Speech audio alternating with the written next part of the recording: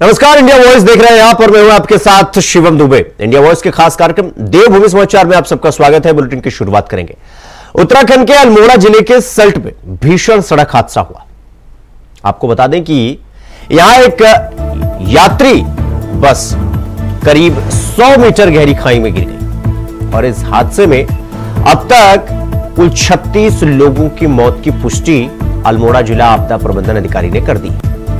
अब बताया जा रहा है कि यात्री बस में 45 से ज्यादा लोग सवार थे, जो कि गोलीखाल क्षेत्र से यात्रियों को लेकर रामनगर जा रही। दुर्घटनाग्रस्त बस GMOU यानी Garhwal motors owner union limited की है। बस का नंबर UK 12 PA 00 यानी कि 0061। दुर्घटना में गंभीर घायलों को एम्स ऋषिकेश और सुशीला तिवारी अस्पताल के लिए एयरलिफ्ट किया गया। तो वहीं इस घटना को लेकर सीएम पुष्कर सिंह धामी ने पौड़ी और अल्मोड़ा के संबंधित क्षेत्र के ARTO प्रवर्तन को निलंबित करने के निर्देश दिए। सीएम ने मृतक परिजनों को 4-4 लाख रुपए और घायलों को 1-1 लाख रुपए की सहायता राशि प्रदान करने के निर्देश दिए। साथ ही साथ आपको बता दें कि कुमाऊं मंडल के आयुक्त को घटना की मजिस्ट्रेट जांच के निर्देश दिए गए।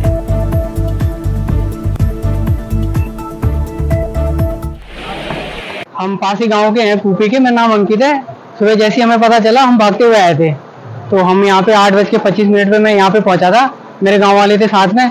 जैसे ही हमने लोगों को देखा, लगभग लोगों को जितने लोग बचे हुए थे तो हमने उन्हें रेस्क्यू किया, निकाल दिए थे उन लोगों को। तो अब जो कि 20+ लोग मृतक हैं जो मर चुके हैं।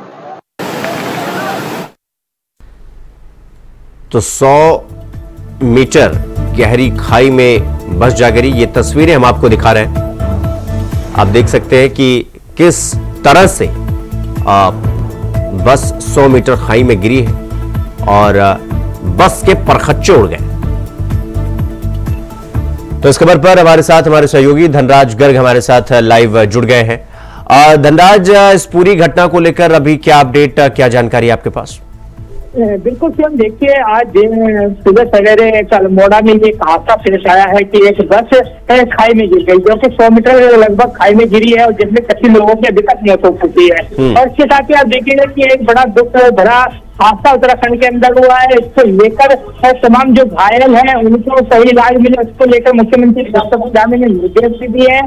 और जो गंभीर घायल है उनको एयरलिफ्ट कर एम्स भेजने की बात भी मुख्यमंत्री पुष्कर सिंह धामी की तरफ से की गई है और उनको एम्स में भी भर्ती कराया गया है। और देखिए जो 36 लोगों की मौत हुई है उसे मुख्यमंत्री पुष्कर सिंह धामी ने जो लापरवाही बताई जा रही है, वो कहने का परिवहन अधिकारी की लापरवाही के कारण ये हादसा हुआ है, क्योंकि जो बस है उसमें 45 से भी अधिक जो लोग थे वो सवार थे। ओवरलोडिंग इसमें की जा रही थी, जिसके कारण ये बड़ा हादसा सामने आया है। तो जिसके बाद मुख्यमंत्री पुष्कर सिंह धामी ने ARTO को सस्पेंड कर दिया है। और इसके साथ ही आप देखिएगा कि मुख्यमंत्री पुष्कर सिंह धामी ने जो मृतक हुए हैं उनके प्रति दुख व्यक्त किया है और इसके साथ ही मृतक लोगों के परिवारजनों को 4-4 लाख रुपए देने की घोषणा की है। और इसके साथ ही जो घायल है उनको 1-1 लाख रुपए देने की घोषणा भी मुख्यमंत्री पुष्कर सिंह धामी की तरफ से की गई है। धनराज जी, ये जो हादसा हुआ है, 100 मीटर गहरी खाई में जाकर बस गिरी है, 36 लोगों की मौत हो गई है। अभी कितने लोग हैं जो घायल हैं, उनको कहां भर्ती करवाया गया है और सरकार की तरफ से कौन कौन उन घायलों से मिलने गया है? उन घायलों को लेकर कोई जानकारी बेसिकली आपके पास? जी बिल्कुल, देखिए जिस तरीके से देखा जाए कि पूरी बस थी वो 44 सीटर बस थी, लेकिन उसमें 45 से भी अधिक जो सवारी थी वो उसमें सवार थी।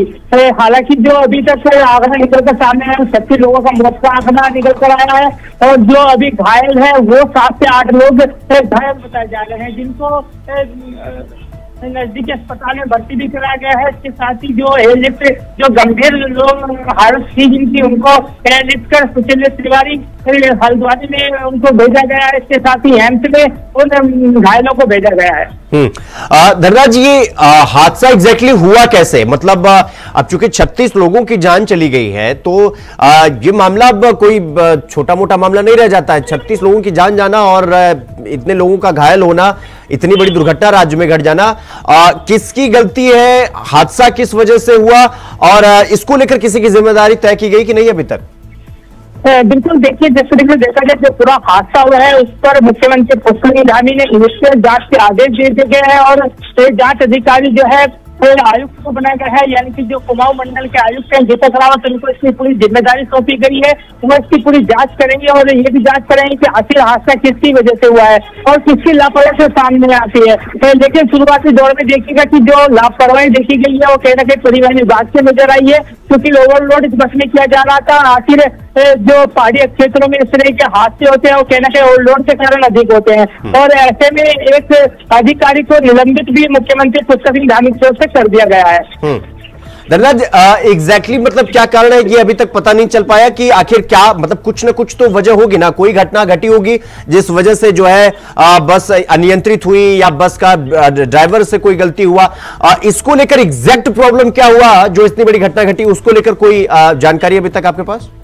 जी बिल्कुल, देखिए अभी इस तरह की कोई जानकारी सामने नहीं है, क्योंकि पुलिस ने लगातार वहाँ पर प्रशासन, पुलिस प्रशासन वहाँ पर मुस्तैद है, तमाम एसडीआरएफ की टीम वहाँ पर मुस्तैद है और इसके साथ ही जो अधिकारी हैं, आला अधिकारी, वो भी वहाँ पर मौजूद है और पूरी जांच इसकी कर रहे हैं। लेकिन अभी तक ये सामने निकल कर नहीं आया है कि आखिर हादसा किस कारण हुआ है, ड्राइवर की लापरवाही के कारण हुआ है या फिर कोई और वजह है। इसकी जांच की जा रही है, क्योंकि मुख्यमंत्री पुष्कर सिंह धामी खुद अपने नजर से बनाए हुए हैं तो हम इससे जांच भी मुख्यमंत्री पुष्कर सिंह धामी ने सौंप दी है, तो जल्दी इसकी जांच की जाएगी और जो भी इसमें लापरवाह अधिकारी होंगे या फिर लापरवाही जिसके द्वारा बरती गई होगी, इस पर कड़ी कार्रवाई जरूर मुख्यमंत्री पुष्कर सिंह धामी की तरफ से की जाएगी। धनराज, मुख्यमंत्री की तरफ से इस पूरी घटना को लेकर क्या कुछ कहा गया, सहायता राशि कितना दिया गया या बाकी क्या कुछ कहा गया मुख्यमंत्री की तरफ से? जी बिल्कुल, देखिए मुख्यमंत्री पुष्कर सिंह धामी पल की खबर वहाँ से अधिकारियों से ले रहे हैं और जो मृतक हुए हैं उनके परिवार, जो आश्रित है, परिजन है, उनको 4-4 लाख रुपए देने की घोषणा मुख्यमंत्री पुष्कर सिंह धामी की तरफ से की गई है और इसके साथ ही जो लोग घायल हैं उनको 1-1 लाख रुपए देने की घोषणा भी मुख्यमंत्री पुष्कर सिंह धामी ने की है और इसके साथ ही सभी अधिकारियों को भी निर्देश दिए गए हैं और अस्पताल के डॉक्टरों को निर्देश दिए गए हैं तो किसी भी तरह की लापरवाही न बरती जाए और जो भी इलाज संभव हो वो उनको दिया जाए। और वो देखने में भी आ रहा है कि तमाम जो ऐसे गंभीर लोग थे, गंभीर हालत जिनकी थी, उनको लिफ्ट कर तुरंत ही बड़े अस्पतालों में भेजा गया है और जल्दी जो पूरी जांच है वो भी निकल कर सामने आएगी और उसके बाद जो लापरवाह अधिकारी होंगे उन पर भी मुख्यमंत्री पुष्कर सिंह धामी कार्रवाई करते हुए नजर आएंगे। ठीक है धनराज, बहुत बहुत धन्यवाद आपका हमसे जुड़ने के लिए और खबर पर विस्तार पूर्वक जानकारी हमारे साथ साझा करने के लिए। रुक करेंगे अगली खबर की ओर। अल्मोड़ा बस हादसा पर सीएम पुष्कर सिंह धामी ने पौड़ी और अल्मोड़ा के संबंधित क्षेत्र के एआरटीओ प्रवर्तन को निलंबित करने के आदेश दिए। साथ ही सीएम ने मृतक के परिजनों को 4-4 लाख रुपए और घायलों को 1-1 लाख रुपए की सहायता राशि प्रदान करने के निर्देश दिए हैं और आयुक्त कुमाऊं मंडल को घटना की मजिस्ट्रेट जांच के निर्देश दिए हैं। काफी लोग, आज बहुत ही दुखद घटना हुई है। बस जो रामनगर की तरफ आ रही थी, मरचूला अल्मोड़ा जनपद के पास गहरी खाई में गिर गई और काफ़ी लोगों को इसमें दिवंगत हुए हैं, काफ़ी लोग घायल हुए हैं। सभी घायलों को तत्काल उपचार के लिए आसपास के अस्पतालों में भेजा जा रहा है, रामनगर भेजा जा रहा है। एम्बुलेंस तत्काल भेजी गई हैं, सभी अधिकारी मौके पर पहुंच रहे हैं और साथ ही घायलों को इलाज के लिए जो भी समुचित व्यवस्था है वो समुचित व्यवस्था की जा रही है। और जो घटना में जिनके कारण से घटना हुई है, कोई लापरवाही हुई है, तो कमिश्नर कुमाऊं के मजिस्ट्रियल जांच इसकी करेंगे और संबंधित विभाग आरटीओ और उनको निलंबित करने के आदेश दे दिए हैं। जो हताहत हुए हैं उनके परिजनों को सहायता के लिए भी तत्काल आदेश कर दिए गए हैं। तो अल्मोड़ा में हुई बस दुर्घटना पर केंद्रीय गृह मंत्री अमित शाह ने भी दुख व्यक्त किया है। अमित शाह ने यह लिखा कि हादसा दुखद है। इस हादसे में अपना जीवन गंवाने वाले लोगों के परिजनों के प्रति संवेदनाएं व्यक्त करता हूं। स्थानीय प्रशासन द्वारा घायलों को त्वरित उपचार उपलब्ध कराया जा रहा है। ईश्वर से घायलों के शीघ्र स्वस्थ होने की कामना करता हूं।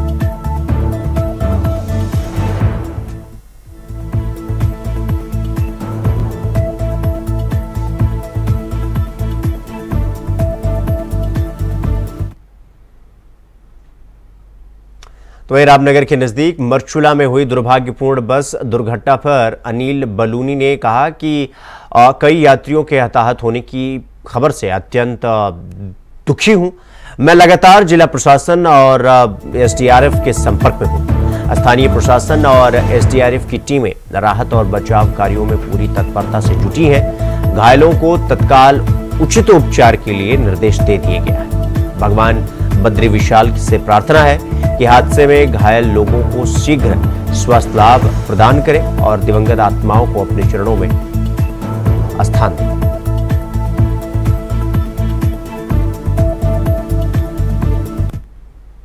तो यहां पर रुकेंगे एक छोटे से ब्रेक के लिए। खबरों का सिलसिला जारी है, फॉलो नोट रहा।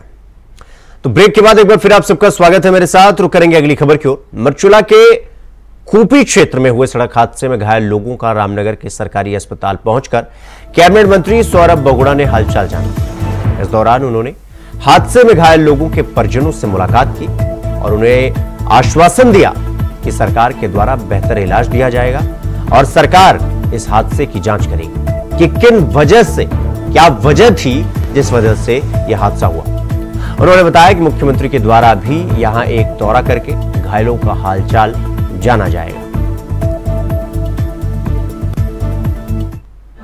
देखिए, बहुत ही दुखद घटना है और आज हम परिजनों के बीच में हैं। परिजनों को संवेदना देने के लिए यहाँ पर बैठे हैं, यहाँ आए हैं और पूरे यहाँ पे हमारे विधायक जी, हमारे समझदार हैं, हमारे अधिकारी हैं। 3:30 बजे मुख्यमंत्री जी भी यहाँ पर आ रहे हैं। माननीय एमपी हमारे अनिल बलूनी जी पहुंचेंगे। जितने भी लोगों की यहाँ पर डेथ हुई है उनके संवेदना प्रकट करते हैं, दुख प्रकट करते हैं परिवार को और भगवान से प्रार्थना करते हैं कि उन आत्माओं को अपने श्री चरणों में स्थान दे। जो भी यहाँ पर फैसिलिटी प्रोवाइड करनी है, अभी तक जो हमारे पास खबर है कि 28 लोगों की डेथ हुई है। जो बहुत सीरियस पेशेंट्स हैं उनको हमने रेफर कर दिया है। कुछ को काशीपुर किया है, कुछ को एम्स किया है, कुछ को सुशीला तिवारी हल्द्वानी में रेफर किया है। लगातार सर पूरी हम देख रहे हैं कि कौन सा पेशेंट कैसी स्थिति में है, उसकी मदद कैसे हो सकती है। सरकार मृतजनों के साथ है। सरकार पूरी कोशिश कर रही है कि जितने भी लोग जीवित हैं उनको जल्द से जल्द मेडिकल हेल्प मिल के और उनको स्वस्थ किया जा सके।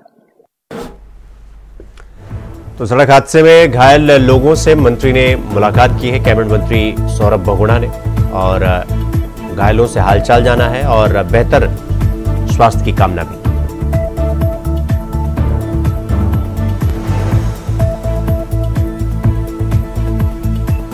तो सड़क हादसे में घायल लोगों से सौरभ बगुड़ा ने मुलाकात की और इलाज बेहतर तरीके से हो, इस चीज का भी ध्यान दिया। खबरों में आगे बढ़ेंगे। हादसे के बाद ये जो बस हादसा हुआ है, इसके बाद उत्तराखंड प्रशासन की ओर से दीपक रावत ने यह कहा कि बचावकर्मी जीवित बचे लोगों को निकालने और घायलों को नजदीकी चिकित्सा सुविधाओं तक पहुंचाने के काम में जुटे हुए हैं।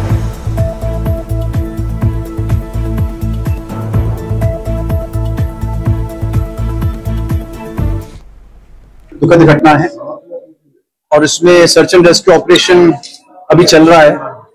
अभी तक जो पुष्टि हुई है इसमें 36 टोटल कैजुअलिटीज की पुष्टि हुई है।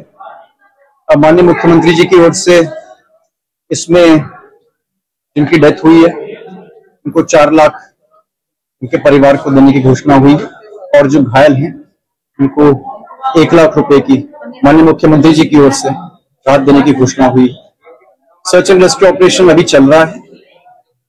4 लोग ऐसे थे जिनकी ज्यादा स्कल में इंजरीज थी, उसमें से 3 को अभी माननीय मुख्यमंत्री जी के निर्देश पे हेली एम्बुलेंस से एम्स को रवाना कर दिया गया है और एम्स से भी एक डॉक्टर्स की टीम रामनगर में भी आएगी और माननीय मुख्यमंत्री जी की ओर से निर्देश है जिनको भी और आयर सेंटर भेजने की आवश्यकता है तो हेली इवैक्यूएशन की फैसिलिटी अवेलेबल रहेगी, उससे हम भिजवाएंगे।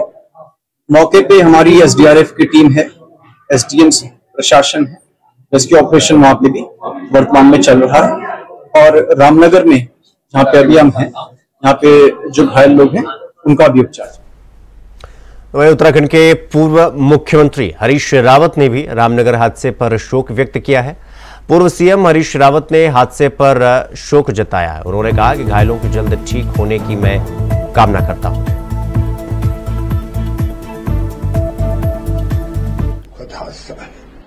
बहुत दुखद हादसा है, हृदय विदारक हादसा है। और अब हादसे के क्या कारण रहे हैं उसके तह में जाया जाएगा, लेकिन यह हादसा अपने आप में बहुत दुखद है। मैं मृतक परिवारों तक अपनी संवेदना प्रेषित करता हूं और जो घायल हैं उनका उपचार किया जाए। और राज्य को यह दिखाना चाहिए, मृतक उनके परिवारों के साथ राज्य पूरी तरीके से खड़ा दिखाई देना चाहिए, मृतकों के परिवारों के साथ उनको सहारा देना चाहिए। अगली खबर देहरादून से है, जहां धामी सरकार प्रदेश में यूनिफॉर्म सिविल कोड को लागू करने से मात्र एक स्टेप पीछे है, या कह लीजिए कि एक कदम दूर। यूनिफॉर्म सिविल कोड को लागू करने को लेकर लगभग सभी कार्य पूरे किए जा चुके हैं। और साथ में आपको बता दें कि 18 अक्टूबर को rules making and implementation committee भी यूनिफॉर्म सिविल कोड की नियमावली का ड्राफ्ट सीएम पुष्कर सिंह धामी को सौंप चुकी है। साथ ही uniform civil code mobile app और पोर्टल भी तैयार हो चुका है। ऐसे में उम्मीद की जा रही है कि जल्द ही उत्तराखंड में यूनिफॉर्म सिविल कोड लागू हो जाएगा। यहां तक पहुंचने के लिए सरकार ने 6 बड़े और अहम कदम उठाए और 7वां कदम उठाते ही यानी फैसला लेते ही उत्तराखंड में यूनिफॉर्म सिविल कोड लागू करने वाला देश का पहला राज्य बन जाएगा। तो वहीं इस मामले में यानी यूसीसी को लेकर धर्मपुर विधायक विनोद चमोली ने कहा, यूनिफॉर्म सिविल कोड को पर मुख्यमंत्री पुष्कर सिंह धामी ने स्पष्ट कर दिया है कि राज्य स्थापना दिवस के मौके पर इसको लागू करने का काम किया जाएगा।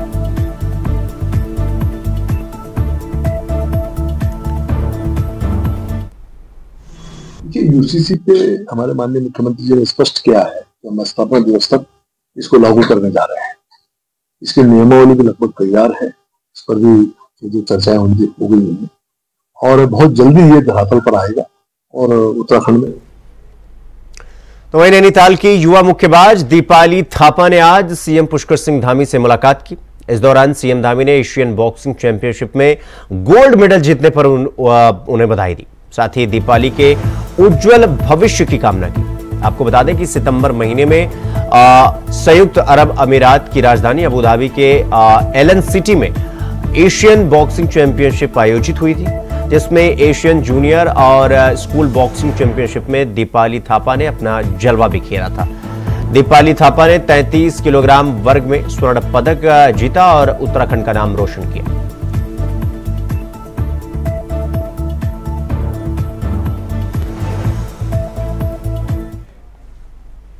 तो 9 नवंबर 2024 को उत्तराखंड अपना 25वां स्थापना दिवस मनाने जा रहा है। इन 24 सालों में राज्यवासियों को क्या मिला, यह सवाल आज भी बरकरार है। इस सवाल पर राज्य आंदोलनकारी और बीजेपी विधायक विनोद चमोली का दर्द जो है वो छलका है। उन्होंने कहा कि पिछले 24 सालों से यह सवाल मेरे जहन में गूंज रहा है, जिसमें जनता कह रही है कि हमें क्या मिला। उन्होंने कहा कि उत्तर प्रदेश से अलग होकर उत्तराखंड में काफी विकास कार्य हुए, उसमें कोई दो राय नहीं। अभी आप जब 9 तारीख को लोगों के स्टेटमेंट देंगे तो आपको तमाम लोग पहाड़ों पर ये कहते हुए, तमाम महिलाएं ये कहते हुए सुनाई पड़ेंगे कि राज्य बना तो बना, लेकिन हमें क्या मिला। एक सामान्य सा एक सवाल पिछले 24 वर्षों से लगातार ये मेरे जहन में गूंज रहा है कि पहाड़ की जनता आज भी कह रही हमें क्या मिला। हमने वहां पर विकास कार्य किए, इसमें कोई दो राय नहीं, पहले से क्या बहुत बेहतर हुई है। अपने लोग नेतृत्व कर रहे हैं, इसमें भी कोई दो राय नहीं है। पहले से जो हमारा एक प्रश्न था कि हम उत्तर प्रदेश साथ रहते हुए अपना नियोजन स्वयं नहीं कर पा रहे थे, हमने अपने हाथों में नियंत्रण चाहिए था, वो हमें मिला है। हमारे अपने लोग उसको कर रहे हैं। उसके बावजूद अगर कहीं कमियां हैं तो क्यों कमियां हैं, ये एक बड़ा प्रश्न है। आज भी उत्तराखंड में भ्रष्टाचार कम नहीं, आज भी उत्तराखंड की कार्य संस्कृति उतनी बेहतर नहीं है जितनी होनी चाहिए, आज भी नहीं। आज भी तमाम राजनीतिक लोग अपने घर भर रहे हैं। आखिर ऐसा क्यों हो रहा है? जिस भावना से राज्य की लड़ाई लड़ी गई थी, अपनों के लिए लड़ाई लड़ी गई थी, अपने लिए नहीं लड़ी गई। ये बड़े स्पष्ट जान ले सब लोग, जो चाहे राजनीतिक क्षेत्र में हो, चाहे वो अधिकारी हो, चाहे वो कर्मचारी हो, ये सामूहिकता का भाव लेकर लड़ाई लड़ी गई थी पहाड़ की अस्मिता के लिए। तो वहीं पूर्व मुख्यमंत्री हरीश रावत ने बांग्लादेश में अल्पसंख्यकों पर हुए अत्याचार के विरोध में मौन उपवास रखा है। इस दौरान उन्होंने कहा कि बांग्लादेश में अल्पसंख्यक हिंदू, बौद्ध, ईसाई अत्याचार के शिकार हो रहे हैं। हिंदुओं को विशेष तौर पर लक्ष्य बनाकर अत्याचार किया जा रहा है, यानी टारगेट किलिंग की जा रही है। उन्होंने बांग्लादेश में लोकतंत्र और सर्वधर्म संभाव की ताकतों को शक्ति मिले, इसके लिए दीप जलाकर प्रार्थना की। पूर्व सीएम हरीश रावत ने कहा कि बांग्लादेश में तमाम अल्पसंख्यकों की हत्याएं हुई हैं, व्यवसाय प्रतिष्ठान लूटे जा रहे हैं। प्रतिबंधित संगठन जमाती इस्लामी सरकार और छात्रों की आड़ में यह सब अत्याचार कर रहा है।